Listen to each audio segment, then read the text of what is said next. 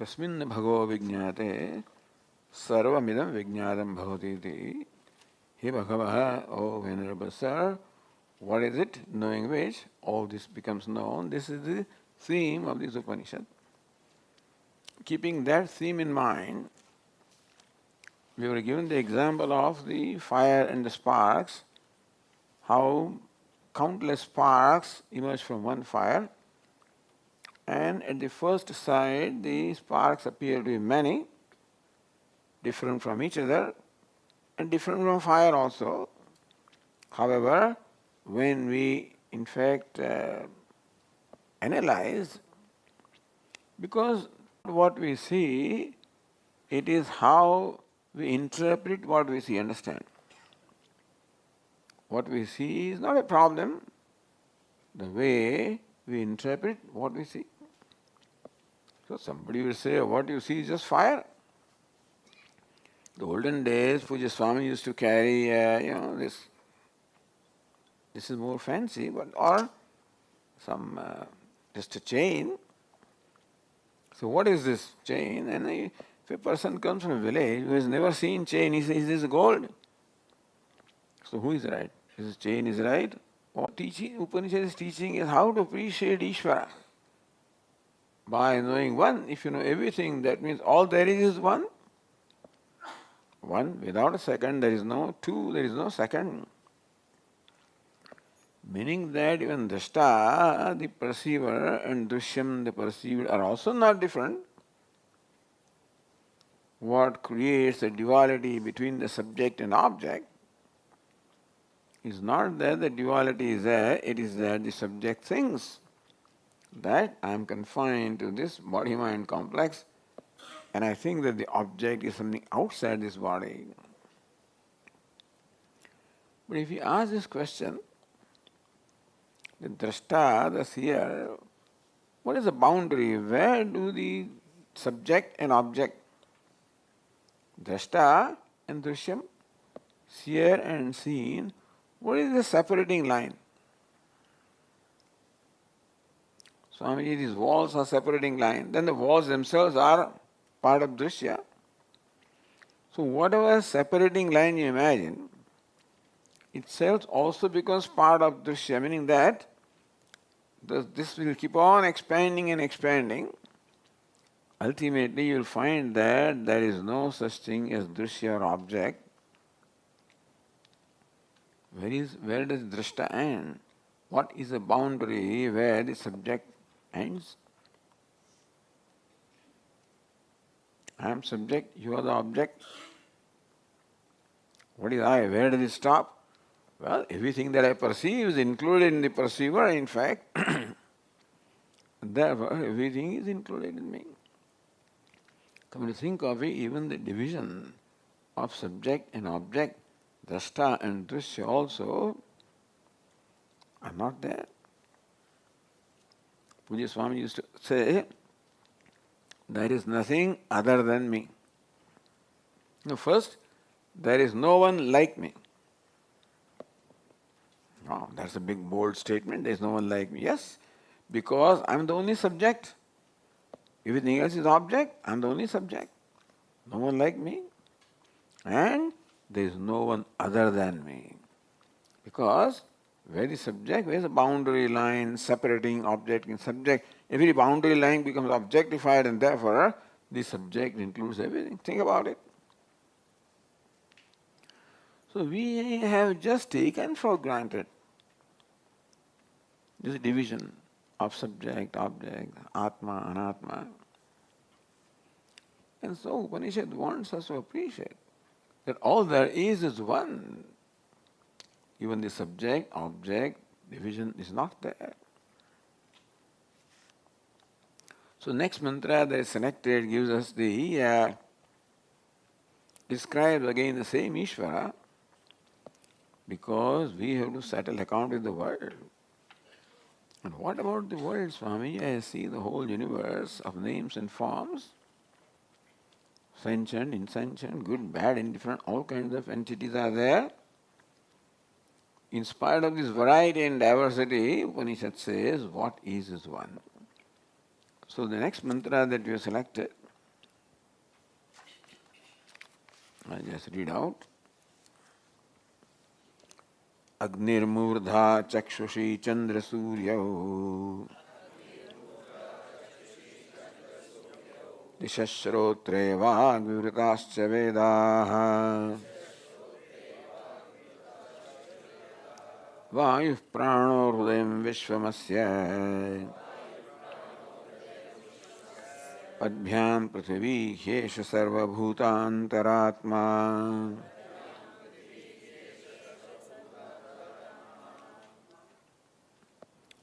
One thing we have to admit, all the description has a very cultural aspect also.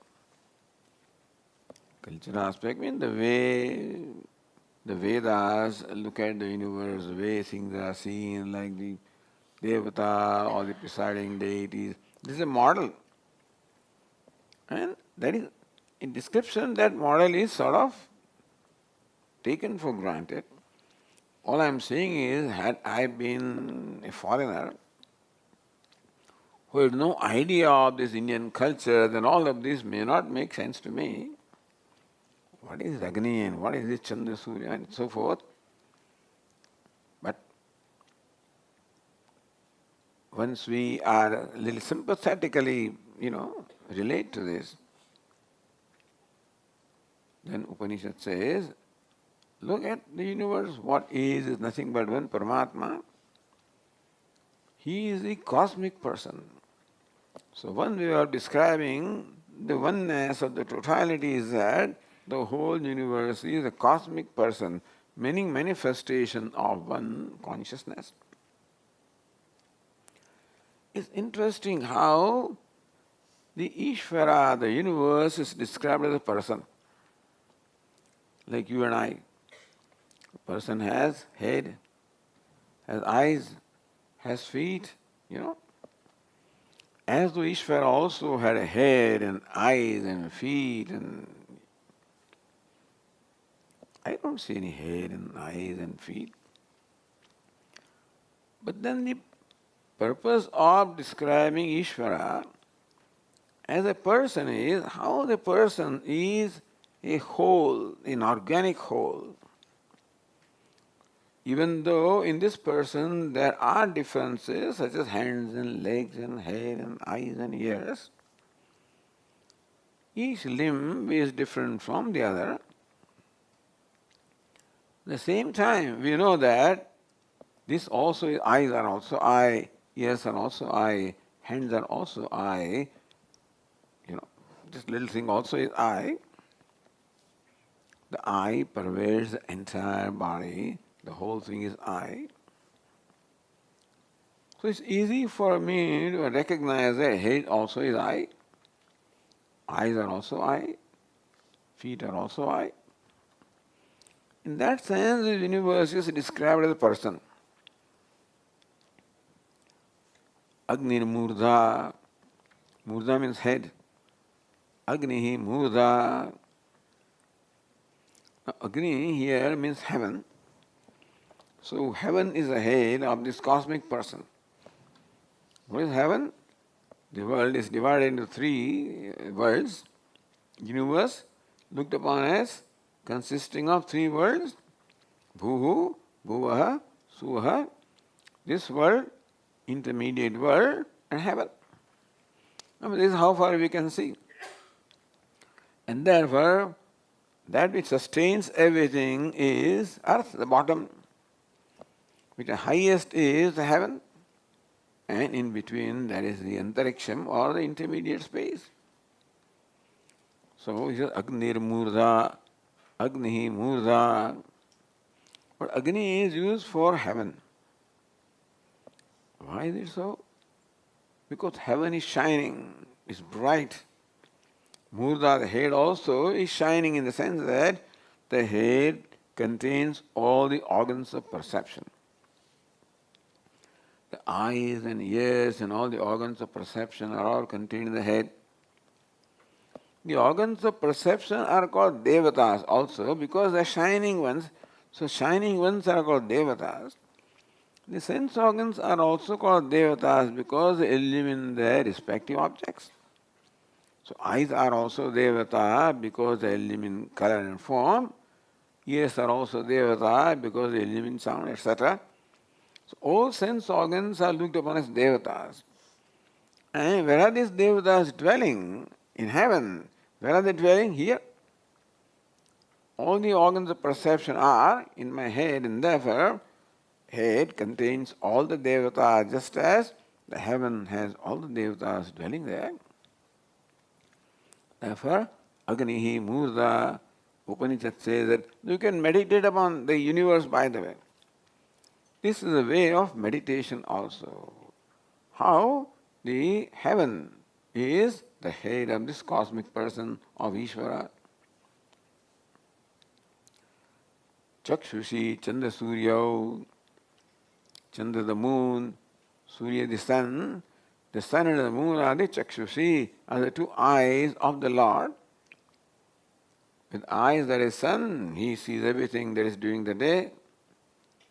Eyes there is moon, he sees everything that is at night. So he sees everything, day and night. Chakshushi, Chandra Surya.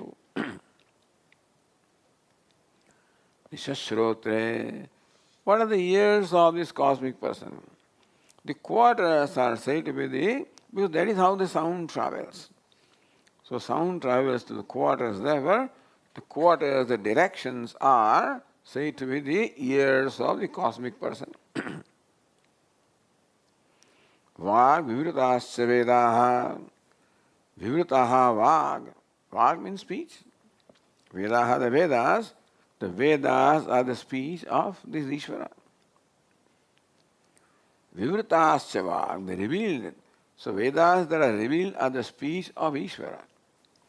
When Ishvara speaks through Vedas, or Ishvara speaks as Vedas. So Vedas is considered to be the speech of Ishvara. Vedas are said to be the revealed texts, not composed by anybody. The Rishis are also not the writers of Vedas, not the composers of Vedas. Rishaya, they are called Drashtarha, they are the mantra Drashtarha, they are the seers of mantra. Meaning that Veda is looked upon as the speech of Ishvara. Vayu Pranaha, the wind or air is the breath of the Lord. Rudem Vishwamasya Asya Parameshwarasya Rudem Vishwam, the whole universe is the heart of the Lord. Because the universe is contained in this heart, in the mind. They say that the universe, the world is nothing but the mind. The mind is the world. The mind is, the world is. Mind is not, world is not. You accept this logic? When we are awake right now, the mind is. Then you perceive the world. When you are sleeping, you are fast asleep. There is no mind. That time, there is no world. So this is called Anvaya Vyatireka. Anvaya, agreement. The mind, Vishwa Jagat is, mind is. Or mind is, universe is. Mind is not, universe is not. Therefore, mind is universe. You understand this equation? You know, the clay is, the pot is. Clay is not. Pot is not. Oh, it's simple. Clay is, pot is. Clay is not. Pot is not. Therefore, clay is pot. Simple equation. So the mind is, the universe is. Mind is not, as in sleep, the universe is not. But Swami, this is all not right. Who says the universe is not? When you are sleeping, who says universe is not? It's very much there. Is it not so? When I am sleeping, does the universe it remains? Is it not so for you who are awake? No, but for the sleeping person, there is no universe.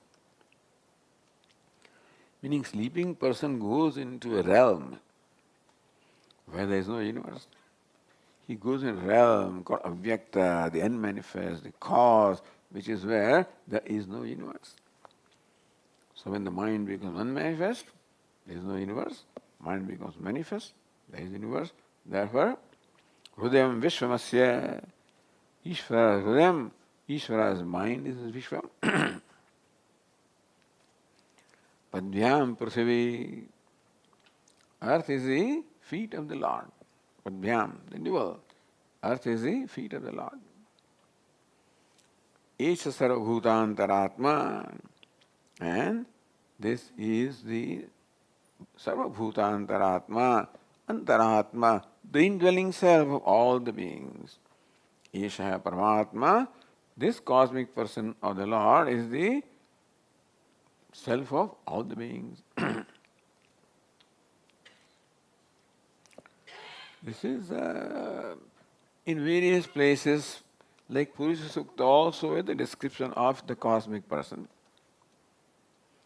Similar description is found there, is for the purpose of meditation. Plus, as I say, in this Purusha or person that I am, even though the limbs are all different from each other, there is something that is joining all the limbs. There is something there is one harmony that connects all the diverse limbs. Is it not so? Eyes have a function different from feet, and they have a function different from the ears. They're all quite different from each other. And still there is something that connects all of them. There is one self, one harmony which is running through all of them. This is an example of unity in diversity. This body is an example of unity. What is unity? This ear lobe, eye, eyes, eye, head, eye, feet, eye, hands, eye. One eye informs all the diverse limbs of this body, including every cell, in fact, is informed by the one self. Therefore, the body becomes a very beautiful example of showing the unity in diversity. And that is why here, and elsewhere also, Ishvara is described as the cosmic person. As the whole cosmos is the manifestation of Ishvara. You may perhaps know how we wake up from deep sleep to waking. That model is often used for creation.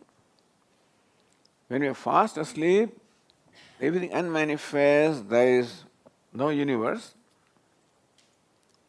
Then what is the next stage?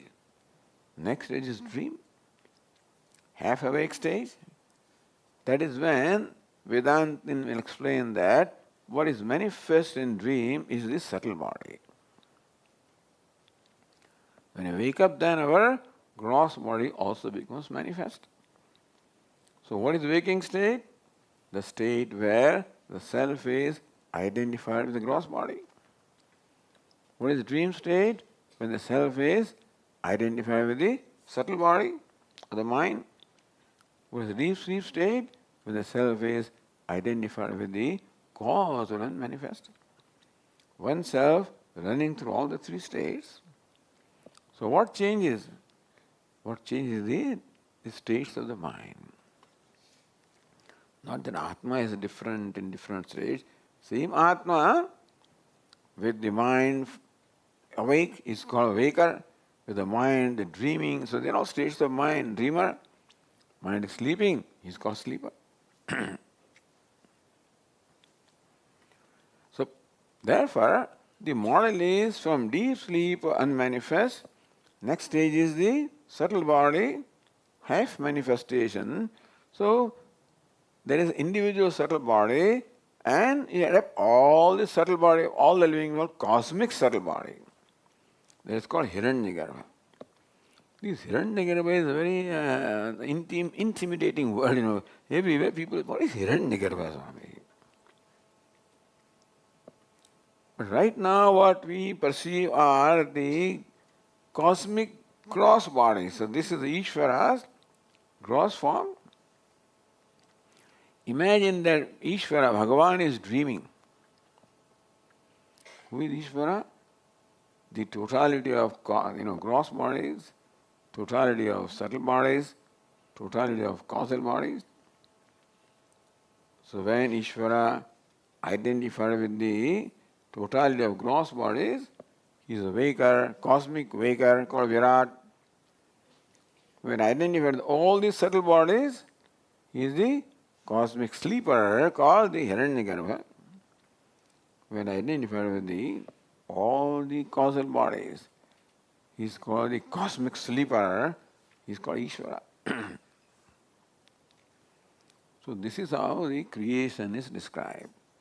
From unmanifest, avyakta, to subtle, the dream, Hiranyagarbha, to waking, Virat. Avyakta Ishvara, Hiranyagarbha, Virat.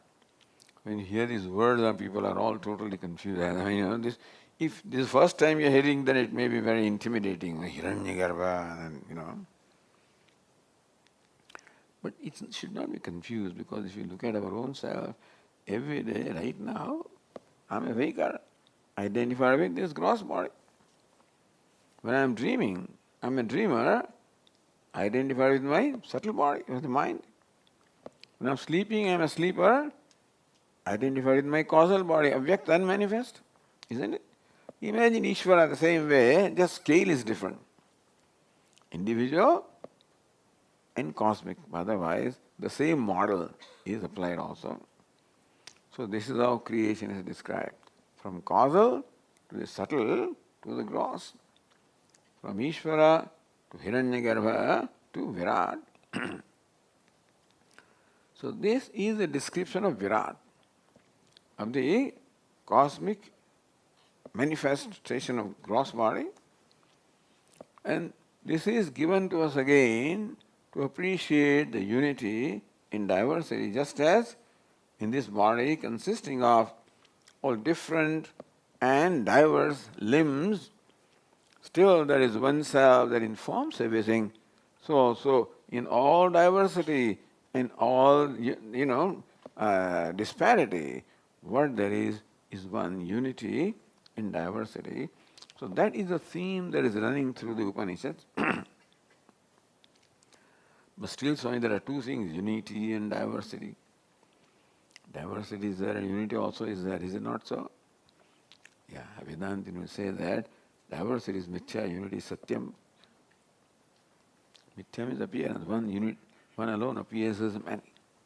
That's why, this is why one person, cosmic person, is described with head as heaven is the head and sun and moon as the eyes. One appearing as many, one appearing. So, this is the description of cosmic person or the unity in diversity. And that way, very beautiful passages are there in the Mundakopanishad, where one after the other in passages, the Upanishad describes how various things were created from Ishvara.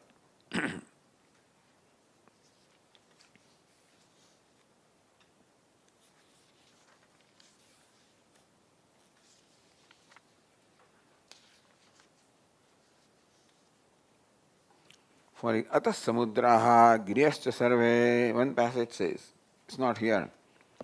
From this Paramatma, all the oceans, Giraha, all the mountains, Sindante, Sindava, Sarvarupaha, from him all the flowing rivers emerged. So from one Paramatma emerged all the oceans, all the mountains, all the flowing rivers. Atasya sarvaha ushadaya, from him are all the ushadis, the trees as well as the medicines or herbs, rasascha, and all the rest of the essence of all of this, essence that sustains our body, all of this is nothing but one Paramatma. So it says, from this Ishvara or Paramatma are born all the oceans, all the mountains, all the rivers, all the trees, all the herbs, all the essences. Everything is born of this Paramatma, meaning that this Paramatma or Ishvara has become all of this. So the model of creation in Vedanta is not that one thing is born of the other, not that the universe is born of Paramatma, Paramatma alone manifests as the universe. You follow? Not that one entity, cause and effect, cause alone manifests as the universe. Just as the clay alone manifests as all the pots and pans, so also one Ishvara manifests as all the oceans, all the mountains, all the rivers, all the trees, all the herbs, all the essence which sustains everything, all the living beings. This Paramatma is the indwelling self of all the beings of the entire universe. In many passages, thus, the Ishvara is described, call it Ishvara, Brahman. It is Saguna Brahma, meaning that Brahman with the costume of Maya becomes all of this, or manifests all of this. And then, so this is described in this manner for us to appreciate what is given in the next mantra.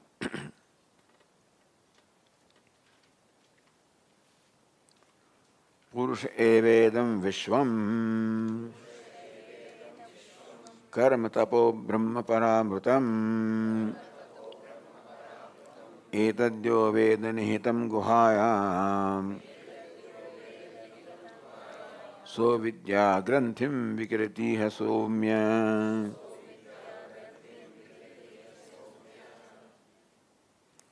See the translation? Purusha eva idam vishvam. The Purusha alone is all this. Idam, this, vishvam, all. Purusha eva idam vishvam. Here the word Vishwa means everything. All of the Purusha, the Paramatma alone is all of this. So what Purusha is used here? Purusha means, various explanations are given. Purushaha. So, Purushete, one that dwells in the city of the body. So, indweller of all the cities, indweller of the, he is the self of all the beings, Purushaha. Or, Purnatvat Purushaha, the one that is complete. Or, Puratvat, one who fills up everything. The interesting thing is that it is Ishvara or the Lord who fills up everything. The names and forms are all like the, what do you call them, the molds. In that you pour the molten metal, then it becomes, a beautiful image. Imagine therefore, let's say that all these names and forms are molds. In that you pour. What do you pour? Bhagavan, Ishvara.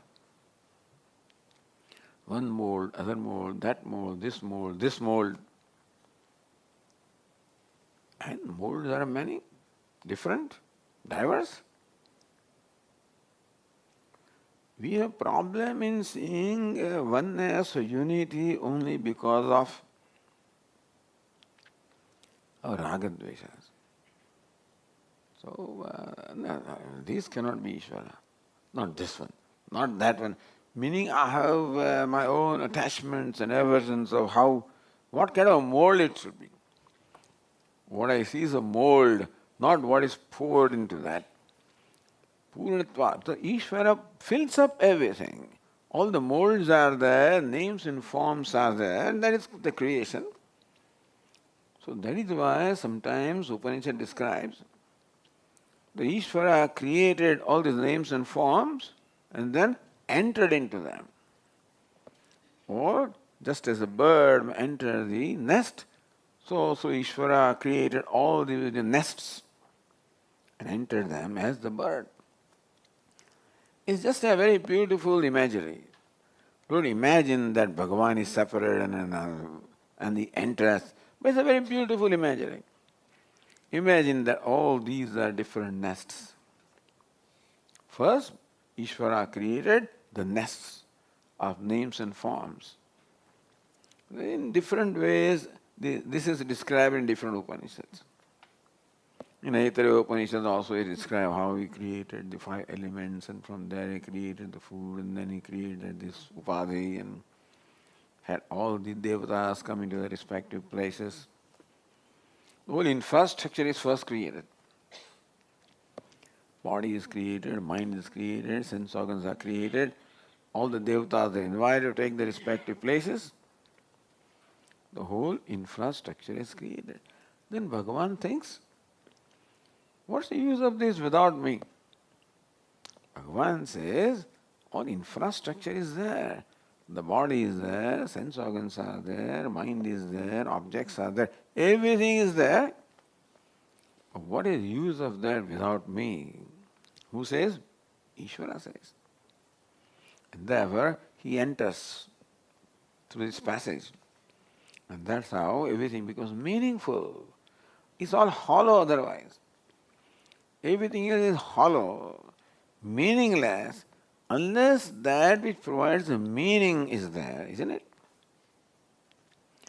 So therefore, Ishvara has to created all these different modes, different nests, different names and forms, different upadhis, and enter. So Purnatvat, one who fills up everything.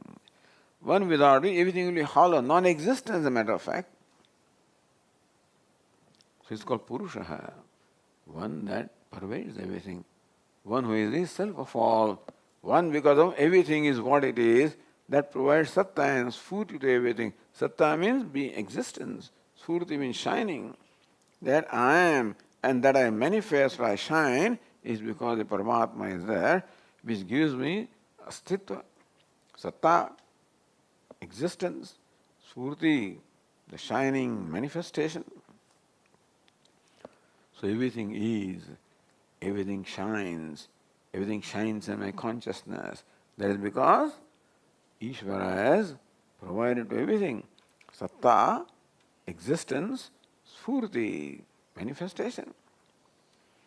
So first he made these models, or he made all these molds, or he made these costumes, he made this nest, whatever you want to call it, and then filled up everything. So it's why it's called Purusha, who fills up everything. So that is why this becomes meaningful. Otherwise, this would have no meaning at all. Purusha eva idam vishvam. Purusha, the person, the Paramatma, alone, the consciousness, alone is idam vishvam. The entire universe is nothing but one consciousness.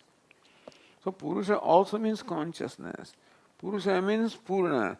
Purusha means that is all pervasive, that which is complete, that is whole, that fills up everything, that is the consciousness.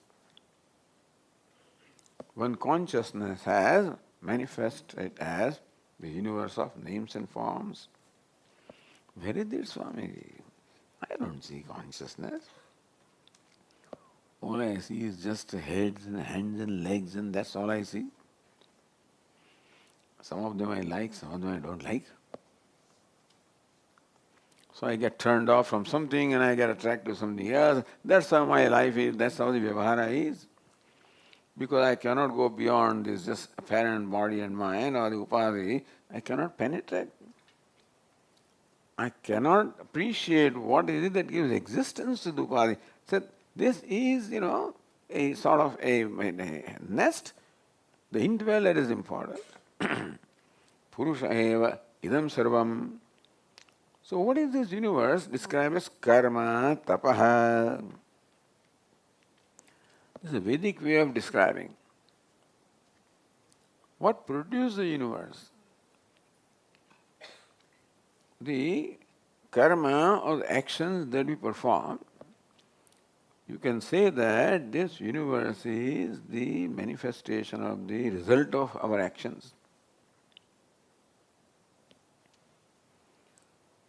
This is karma phala.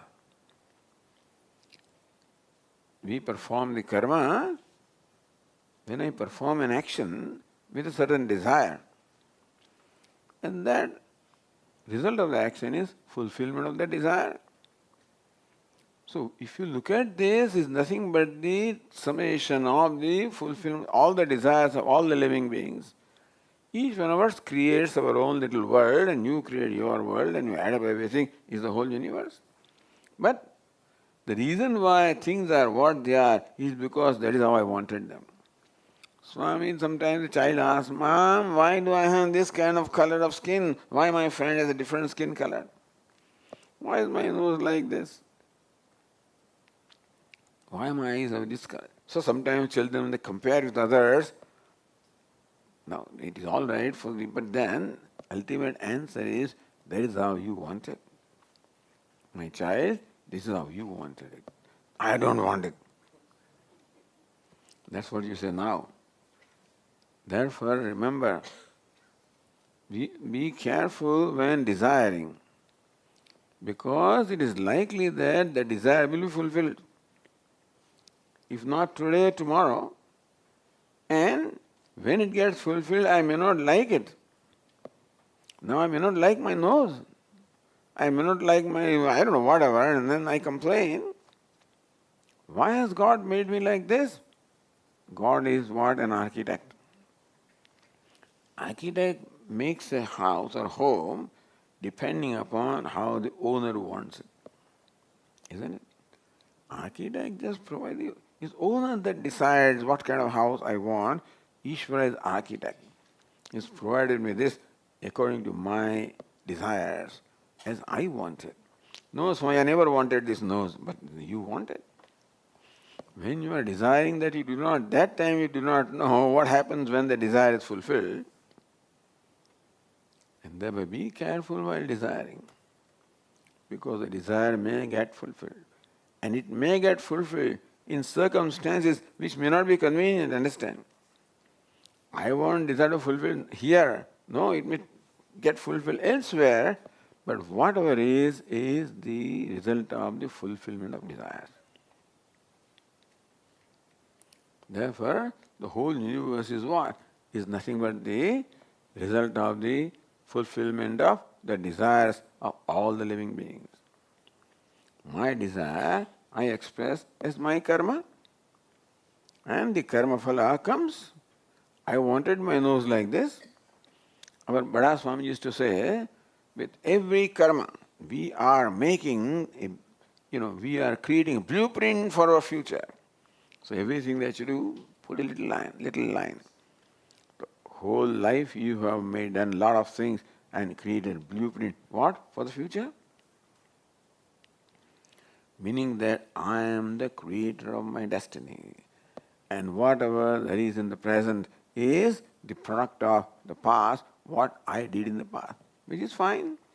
Let us not cry about that, not complain. All I am saying is don't complain. Because that's what I wanted. No, Swami, I would never. Now you do not want. At that time you wanted that. So while you have desire, better think, is it worthwhile having a desire, because the desire may get fulfilled in conditions that may be inconvenient to you. Bhagavan says you wanted it, so I'm giving you. I'm giving an example of a different kind. But we all know the story of that little boy Dhruva. There are several examples. This 5-year-old boy, and his father was a king, of course, he was a prince, and his father had 2 consorts. As usual, one was the favorite, other was not favorite. The Dhruva was the son of the non-favorite, but a much better person, but she was not a favorite of the king. So each consort has one son. So one is the son of the other one, the favorite one. The king is sitting, and that fellow came and climbed the lap of the father. So this boy said, I also want to sit in the lap. He also proceeded. So that stepmother said, no, you are born from me in order to climb the lap of a father. Go and ask for it. He was insulted. This fellow, 5-year-old boy, the Kshatriya boy, says, I will show them, I will do this. He walks away and goes to forest for what? For performing penance. He comes across Sage Narada. Where are you going? Going to forest. For what? For performing penance. Hey, you are a little child. Grow old. No, I want to perform penance. What do you want? I want to get a kingdom that is greater than my father's and my grandfather's also. So this is what he wanted. And he performed penance and Lord appeared before him. Seeing all desires went away. When he had darshan of the Lord, no desires remained. So he says to the Lord, I don't want anything, but I am happy. Please give me company of your bhaktas. That's all I want. Lord says, but once you desire, you are going to get it. And then we will get this kingdom regardless. Vibhishan also. He wanted to be king of Lanka. When he left Lanka, when he went to Lord Rama, that thought disappeared. But Lord Rama says, well, you wanted to be king of Lanka, so he'll become. What I am saying is that we should be very careful in desiring, because our desire may get fulfilled. And remember, understand that whatever I am right now and whatever my life is right now is the fulfillment of my desire. I may complain about my mother and father and spouse and son and neighbor and X, Y, Z. We don't want to taunt you or taunt me, but what I am saying is, this is the result of what I asked for. So, karma, tapo, brahma. So, this universe is looked upon as karma phala, the result of the actions performed by all the beings. Tapaha means tapasarya, means upasana or meditations. So Vedas prescribe these two things. Karma means a ritual performed at the level of the sense and limbs, and tapaha, meditation performed at the level of mind. And thus this whole universe is a manifestation of karma and tapaha. But Swamiji, then why is there violence in the universe, and why is this many undesirable things in the universe also? Well, that is what you may have desired. That kind of tapas, that kind of thinking you may have done. That kind of meditation people may have done to bring about this kind of universe. So, Vedas explain that the universe is a manifestation of the karma, actions performed by all the beings, and tapaha, the meditation or the thinking which went along with the karma. So that it is not just what I do outwardly, but then at the same time what attitudes and thinking goes behind that karma also influences the result. So this universe is the product of karma and tapaha. The rituals performed by everybody and the penance or meditations performed by them. Meditation can be sattvic, rajas, tamas, whatever. That is why we see in the universe sattvic things, rajas things, tamas things. Sattva, all tranquility, beauty, harmony. Rajas, aggressiveness, activity. Tamas, violence. So everything we see is all the result of whatever it is that the people have thought and created. Why am I saying all this? So that we have some sympathetic view for what is. We tend to criticize anything that we do not like. I always speak to Swami, look at this person, that's all right. But so he sometimes tells lies and I hate it. This is how the universe is, appreciate for what it is, and therefore have a sympathy and the light-heartedness and compassion for everything. Because all of this is product of karma and upasana, it is the present now. What you thought at that time and did, that is what is brought about the present. And so this tells us that have a sympathetic, compassionate view of everything. There is sattva, rajas and tamas. You need all of this to complete what we have. So there is sattvic things also which are beautiful, in harmony, there is love, compassion. Rajas also is there, which is, activity, aggression, ragadveshas. Tamas also is there, violence is there. That makes the whole universe complete. So, Vishwam, Karma, Tapaha, Brahma, what it is nothing but the costume of Ishvara. What we are perceiving is the costume, but appreciate who is there behind the costume is Brahman. To see Brahman or one in all this diversity, what we need is that we have subtle account with diversity, we are compassionate towards what we perceive. Only then we can appreciate the one behind the costume. Usually our attention is confined to the costume, we react to costume. With raga and dvesha, therefore we have no time or leisure to appreciate who is behind that costume. That's why first thing, that now accept everything gracefully as it is. It's all karma phala. Karma.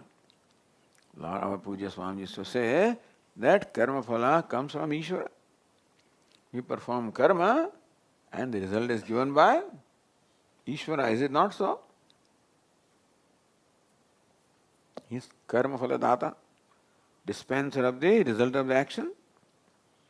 And what comes from Ishvara is all good because he is, in his all wisdom he has done this. Therefore gracefully accept it. Then we settle account with the costume. Then only we can appreciate who is the wearer of that costume. Right now the costume only preoccupies my mind and I cannot appreciate really what is to be seen. See, they acted in all the costume. Brahma Paramritam, what is Brahman?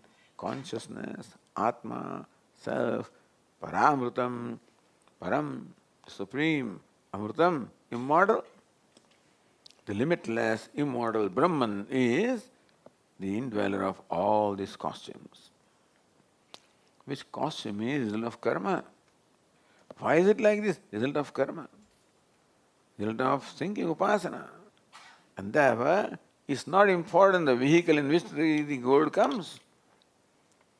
It may come in a very ugly vehicle, it may come in beautiful vehicle, and so ornament may be good, ornament may be ugly, ornament I don't like, I like. What is important is what comes of that, which is the gold. And so these are all various ornaments manifesting the gold, which is Brahma, Para Amritam. This supreme immortal Brahman. Etadyo Veda Nihitam Guhayam. So Upanishad says that one who knows is Brahman. When do I know Brahman? When I penetrate this costume. Costume created by karma and tapaha. That is what the universe is. And who is in the heart, who is indweller of all the costumes.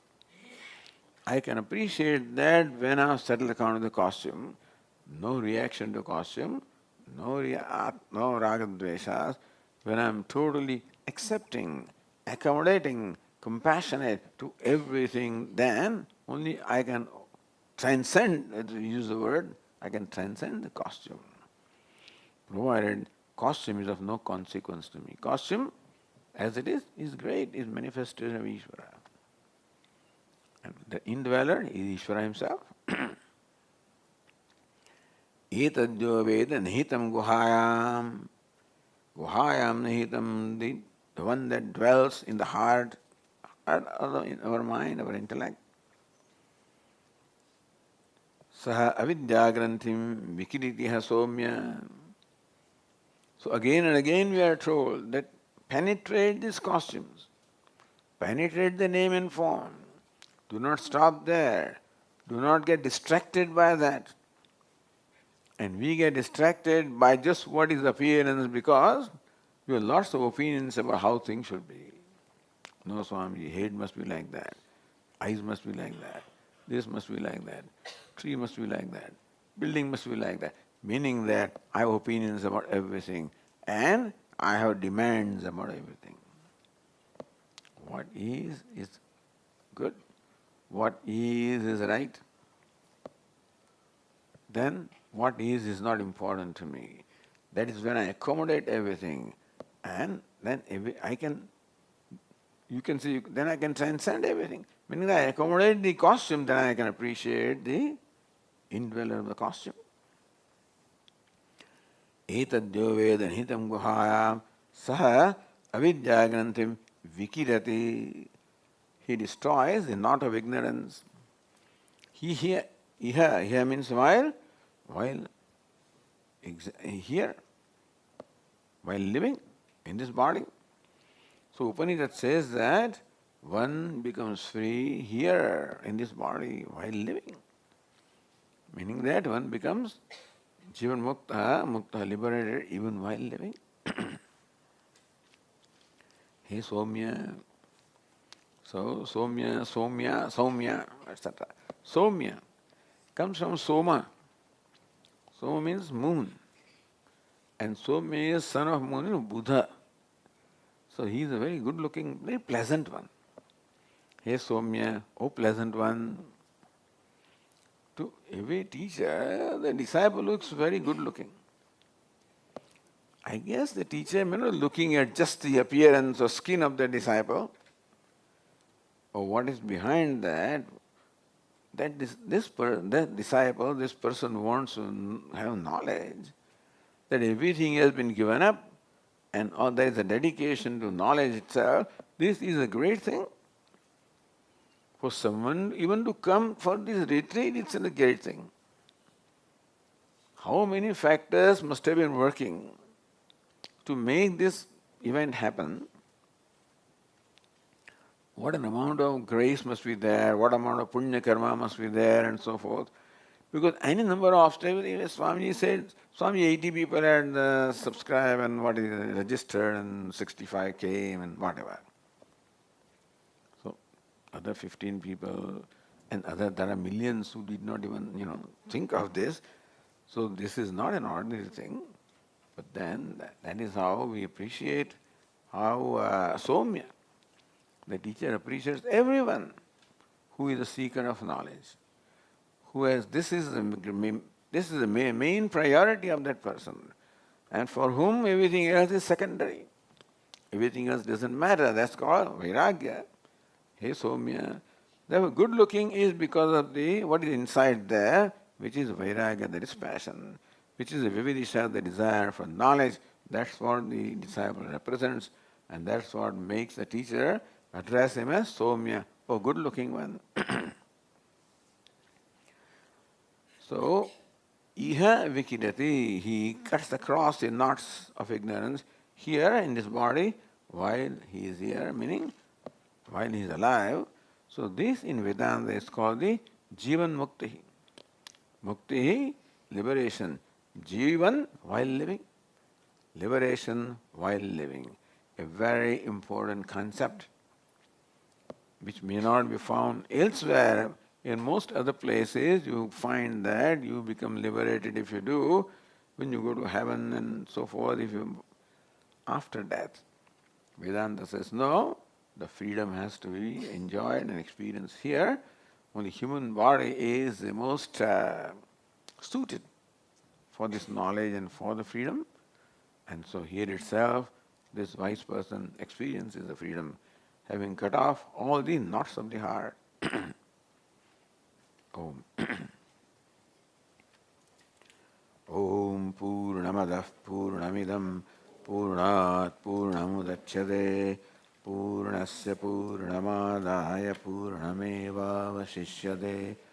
Om Shanti Shanti Shanti. Shankaram Shankaracharyam Keshavam Badarayanam Sutra Bhashya Krutau Vande Bhagavantau Punah Punah ईश्वरो गुरुरात्मेति मूर्तिभेदविभागिने व्योमवद्व्याप्तदेहाय दक्षिणामूर्तये नमः। ॐ शान्ति शान्ति शान्तिः। हरि ओम। श्री गुरुभ्यो नमः। हरि ओम।